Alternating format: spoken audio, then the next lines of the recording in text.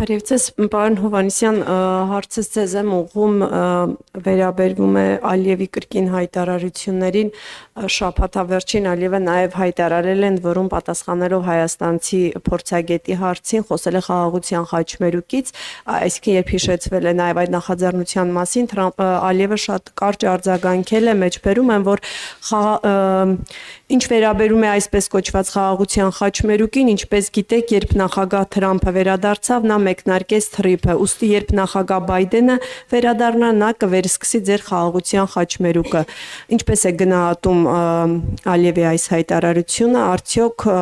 սա ազդակ է այն մասին, որ ըստ էության խաղաղության խաչմերուկի վերաբերյալ Ադրբեջանի դիրքորոշումը բացասական է եւ այս նախաձեռնությամբ հայկական կողմի ապաշրջապակման հարցը փաստորեն ամբողջական ապաշրջապակման չի լուծվելու։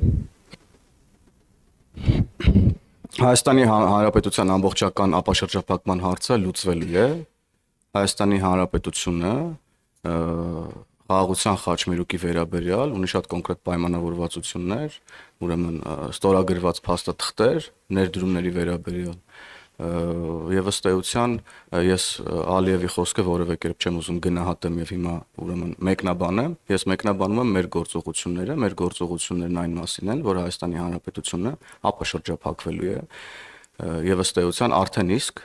ապաշրջափակվում է եւ ապաշրջափակվել է որոշ չափով հաշվի առնելով այն ուրեմն լոգիստիկ լուծումները, որ արդեն կան եւ սա է ձեր հարցի պատասխանը ըստ էության տարբեր մեկնաբանություններ կարող են լինել, տարբեր ցանկություններ կարող են լինել, բայց գլխավորն այն է, ինչ ենք մենք անում, եւ ես կարծում եմ, որ այսօր Հայաստանի Հանրապետությունը շատ հաջող արտաքին քաղաքականություն է վարում, հատկապես վերջին